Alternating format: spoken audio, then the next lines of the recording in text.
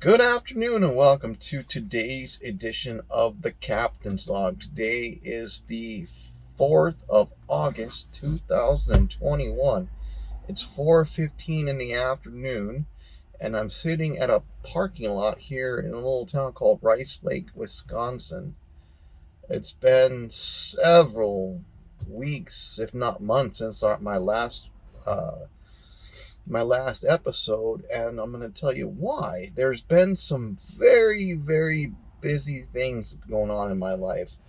I've mostly, I'm still doing the trucking thing, I'm still doing the karate thing, I'm still doing, the home repairs and modification things, but the reason why I've been away is because I just been so busy. I kind of took a side street to doing these, and I was focusing mostly on my karate videos. Those are also available here on my YouTube channel. I think I'm up to 7 episodes now, and I'm working on a big, giant, um, it'll probably be an hour, maybe even longer edition coming up. I'm calling it My Karate Journey Tournament Edition. And the reason why is because I am training for my first karate tournament.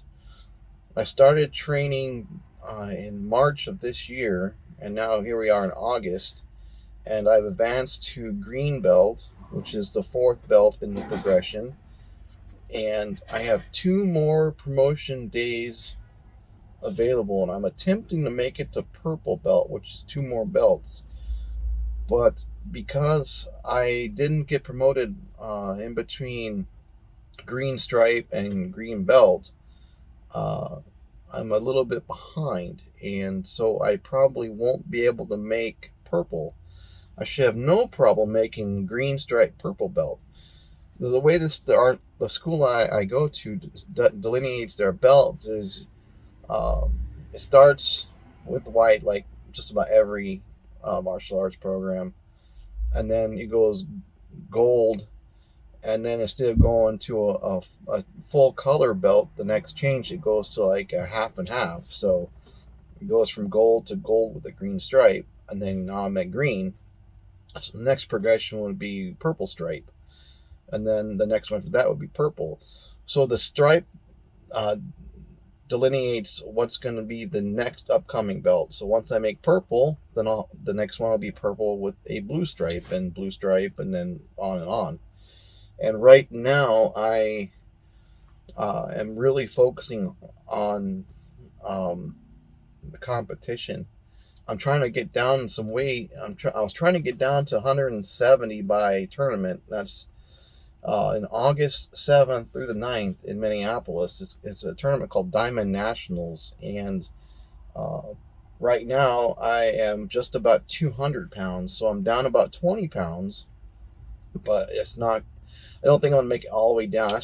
I got to lose 30 pounds in 2 months. So that's quite a bit of weight I got to cut. And I don't think I'm going to be able to make it, but I'm going to try and make it as low as I can. So most likely I'll probably be in the 190, 185 range, which is a pretty good weight. My ideal weight for my height and body mass, according to my doctors, is about 180 to 185. So if I can get down to 190, 185, somewhere in there, I'll be pretty good as far as um, my weight and body mass.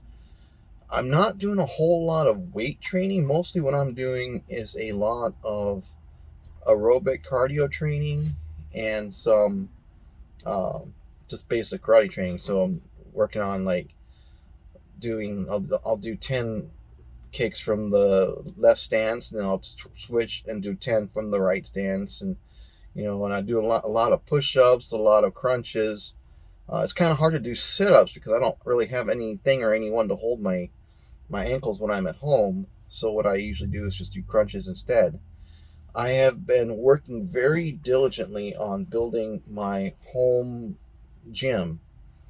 Now I have all the walls are done, the walls are painted, the baseboards are done, the trim is done. I'm putting up a bunch of like fun posters. Like I got a poster, a couple of posters of Mr. Miyagi, one that says wax on, wax off, which is pretty well known. I think anywhere you go, if you said wax on, wax up, someone's going to say Karate Kid right away. And when I was a kid, I wanted to be the Karate Kid, and my dad wouldn't let me. So um, now I'm scratching that itch. Now I'm in my 40s, and no one can stop me. And I've got one that says it's from the third movie. It says it's okay to lose to opponent, but not okay to lose to fear. I just thought that was a cool quote. I've got a autographed print. It's a uh, hang on a second. Oh, that silly thing.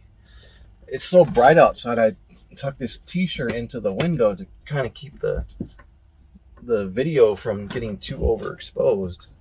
So it's a picture of the finale of the first Karate Kid. You know, the famous, crane posture with Lawrence, Johnny Lawrence, on the other side, right before that infamous scene takes place, and it's autographed by both Ralph Macchio and William Zabka, which are the two actors playing those two characters. Now, it's not enough. It's not an original autograph copy. It's a print of an autograph copy, and I really liked it. That's kind of cool. I'll put this on there because it's kind of like one of the things I've been wanting to do for a long, long time. And when I was growing up, it wasn't my favorite movie, but it was pretty close. I think at that age, my favorite movie was E.T. E.T. had just came out in a year or two before Karate Kid. Karate Kid came out, I think, in '84, and I think E.T. came out in like '83 or something. I don't know, first grade-ish when that movie came out. Okay, so, um, and I've been building my multimedia entertainment room. In that room, I have all the walls and ceilings uh, uh, drywalled, and I need to add one more coat of mud, and then sand them down, prime it, and paint it. So that room will probably be done in a couple months. I've got uh, an appointment with a carpet installation company who's coming to measure that room. It's a pretty simple room. It doesn't have any closets or anything. It's just a rectangle room. It's 14 feet long by 10 feet wide, and it has one door, so it doesn't really have anything fancy that needs to go around obstacles or pillars or columns or anything like that. And um, I'm also having to measure my main floor restroom, which has this rolled vinyl flooring that's been, I don't know if it's original to the house, but it's pretty old. So, so in the house already, I replaced all of the main flooring except for the bathroom. And so they're going to put in, provided the floor is level enough, ceramic floor tile. And that may, uh, if for example, if because I had to put in rolled vinyl in my kitchen because there was an uneven spot in the floor where the floor or the house had settled over the years. It's a 50 plus year old house, so it was built in 1970. So here we are at 2001 or 21, so it's 51 years old. So that if that flooring is good, then I'm gonna have the ceramic tile put down.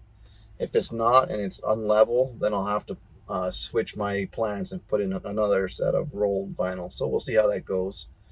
And then once that's done, I'm going to be replacing the toilet and the vanity. The uh, company said that they'll pull out the old toilet to put in the flooring, and if I want, they will install the new toilet, no additional charge, because they put the old toilet back on anyway. So it doesn't really change the labor required. So that will be very beneficial to me. I will, of course, I'll rip out the current vanity myself, and then once the flooring's done, I'll put in the new vanity, and then I've used a service company that does plumbing and HVAC and electrical stuff, that have done all the other work in my house. I'm gonna have them come back and install all the plumbing for the new vanity.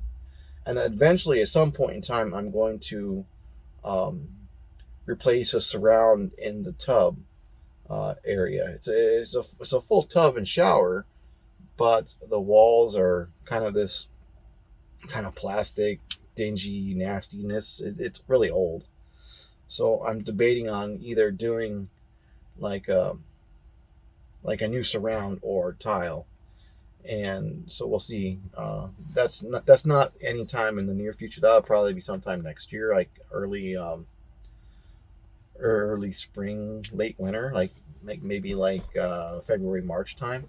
I tend to like to do the interior stuff in the winter because um, I like to do the exterior stuff, obviously, in the summer. Up here in Minnesota, it gets to be kind of cold in the wintertime, so it gets really hard to do any outside work, especially when the ground's frozen and things like that. So I'm going to have them replace the fixtures in the shower because there is technically no shower.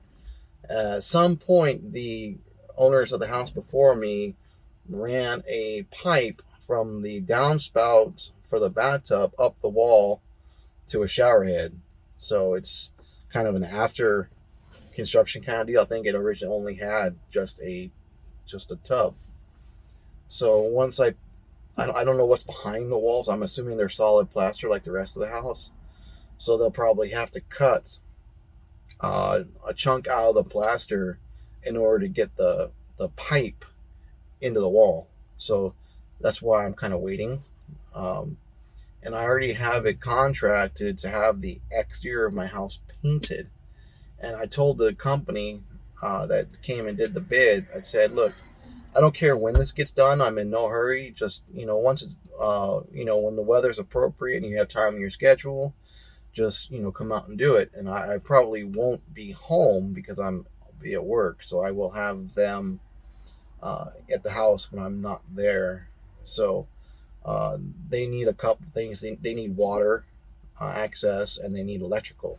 So I have both on the exterior of the house. I have a exterior outlets, and I also have, obviously the faucets for the garden hoses.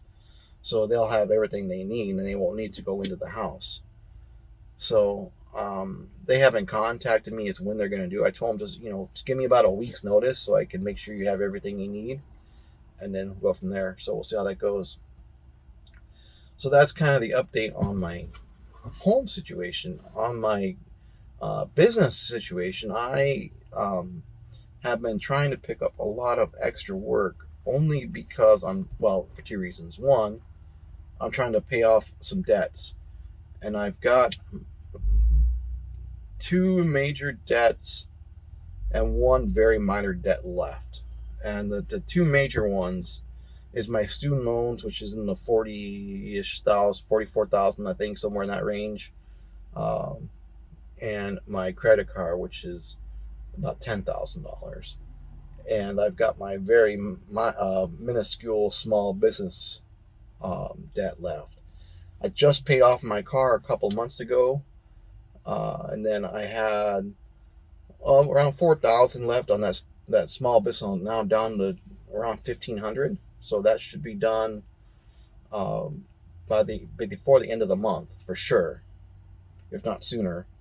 And then I'm gonna just knock out my credit card. That should take about 2.5 months or so, maybe a little less, depending on how many extra hours extra miles I can work it. I get paid by the mile, obviously, so I need to get as many miles as I can. So I've been picking up an extra shift a week. But unfortunately, I was sick I missed almost 2 weeks of work. In 2 weeks of work, I worked 2 days, and the reason is I started out with a really nasty sore throat. Like I could barely swallow. It was so painful, and cough drops, and throat lozenges, and hot tea with lemon and honey. None of that helped. And then eventually, I degenerated into the sinus congestion and the coughing and the sneezing. Just basic cold symptoms. And I worked one day just when I just started feeling symptoms, just a sore throat, but the next day I could barely even move. I was in so much pain. So I took 2 days off. Uh, I was actually at our warehouse in our parking lot for 2 days, sitting in my truck, and I didn't want to leave the truck. I carry food and stuff in the truck. The only time I left the truck is to use the restroom and the shower. And I felt a little bit better after 2 days. I mean, I still had a little bit of a cough, nothing too serious. So I decided to work. When I got done with that work, I was sitting in the parking lot at a somewhere. I don't know if it was a truck stop or a rest area. I was sitting somewhere, and I could not sleep. I was just in so much pain, coughing and sneezing. And I called in. I said, "Look, as soon as my 10-hour window, because you have to have 10 hours off. So as soon as my 10 hours are off, I am going to bring the trailer back to our warehouse." I was probably down 2 hours away. So I drove down, and then I told him, I said, "I'm going to drop the trailer off, and then I'm just going to take my tractor home." I live 4.5 hours from our warehouse. So I drove home with just my tractor, got home. I leased a parking space at a service center where I get my truck serviced. So I parked my car there too. So I parked my truck, and I took my car home. And for the next week, I was just feeling terrible. And I finally decided, when I felt a little bit better, to go get a COVID test. Now, my stance on COVID this whole time has been, I don't really give a rat's butt about COVID. I don't care if I get it. I'm not scared of it. For 99% of the people, unless you have some kind of major health condition like diabetes or heart disease or whatever, or if you're like over 70, you have like a 99% chance of survival. And so I said, um, I don't really care if I get it. But when the symptoms lasted for that long, 'cause normally a cold, knocks you on the butt for 2 3 days. But after a week and change, I said, I need to go get tested just to be on the safe side. So since I'm a veteran, I went to the VA, and they said, well, it was a Sunday. There's like, well, we don't have anyone uh, to do the testing today because they go home. It's like in the early afternoon. It's probably 2 3 o'clock, and they said they go home like at noon on Saturday or Sunday, so they didn't have anyone available. So I went over to the local hospital, which in my town, uh, it has an emergency room and all that. And I just walked in and said, "Hey, can I get a COVID test?" And they said, "You have any symptoms?" I said, "Not as much now. Just basically got the remaining cough. Like, most of my symptoms have gone away." And it's like, well, if you get a test here, it's going to take us 2 or 3 hours to get to you, obviously, because it was the emergency room, and I wasn't an emergency, so I had to have to sit there. And they said, "Well, we've got a drive up clinic, but they close pretty soon. Let me give them a call and see if they can get you in." And so they called over and said, "Yeah, they'll get you in. Just drive over." It was probably 10 minutes away from where I currently was. So I drove over to the drive up testing. I got my they I thought they were going to do the nasal swab, where they stick the thing way the heck up in your nose, but they wound up, it was a throat swab. So they swabbed my throat and said, if it's a positive test, you'll get a phone call. If it's a negative test, you'll get a letter in the mail.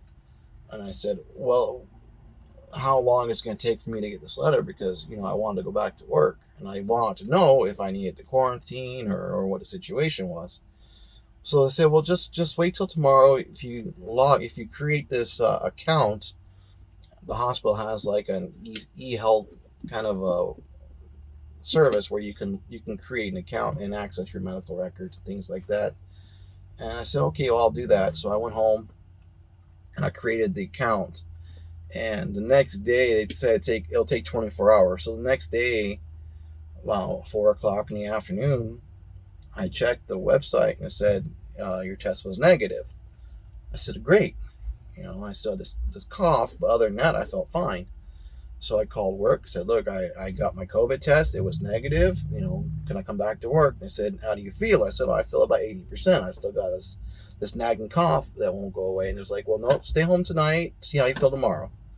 So and then they asked me to send them a copy of the COVID results. And of course, I hadn't got the hard copy yet. I just had the computerized negative posting. So I screenshotted it and sent it to them, emailed it to them, and they said, well, we'll send this over to HR. So the next afternoon, I suppose, this must have been Tuesday, I got a call from HR saying, hey, we can't accept this. We need an actual official notification. I said, okay, well, they said it might take a day or two for me to get the letter in the mail. And I hadn't checked my mail yet. And so I went out and I checked the mail while I was on the phone, and sure enough, the letter was in the mailbox. So I opened it up and said, yeah, I got it right here. She's like, well, can you take a picture of it and text it to me? And I was like, yeah, sure, no problem. Well, I was like, what's the difference of sending it a screenshot from the website or a picture of this little letter? Well, so whatever. So I did that. She called me back about 10, 15 minutes later and says, how do you feel? I told her the same thing. Well, I feel about 90% today. Still got his cough. She's like, all right, let us know when you're ready to come back. And I said, well, this is Tuesday, so why don't we plan on Thursday? I'll come back on Thursday if I feel okay. And she says, okay, no problem. I'll let your dispatcher know. So of course I emailed them as well saying, hey, I just got off the phone with HR. They said for me to try to come back on Thursday. So they came back on Thursday. I mean, I felt about 98%. I mean, I every now and then I have a cough or two, but from the most part I felt fine. So I've been trying to catch up because I missed almost 2 weeks of work. And when you're an independent contractor, you don't get any sick pay, you don't get any disability, nothing. You got to pay for everything. Thankfully, my truck is paid for, so I don't have to worry about truck payments. But I've got my mortgage, I've got other bills I got to pay.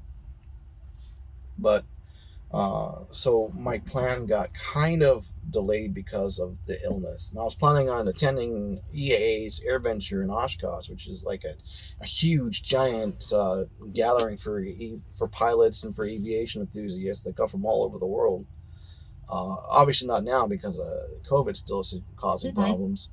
But they decided, to hold the event, and I was going to go, and I was really excited because I wanted to go and see some people I haven't seen in a couple of years because of the COVID thing, and I was going to watch a live recording of a podcast I listened to called Opposing Bases, which is a aviation themed podcast that revolves around air traffic control. Now, as a pilot, that interests me because I always want to be a good steward of the airspace, and being a good pilot requires being able to communicate and effectively deal with working and flying in the national airspace system.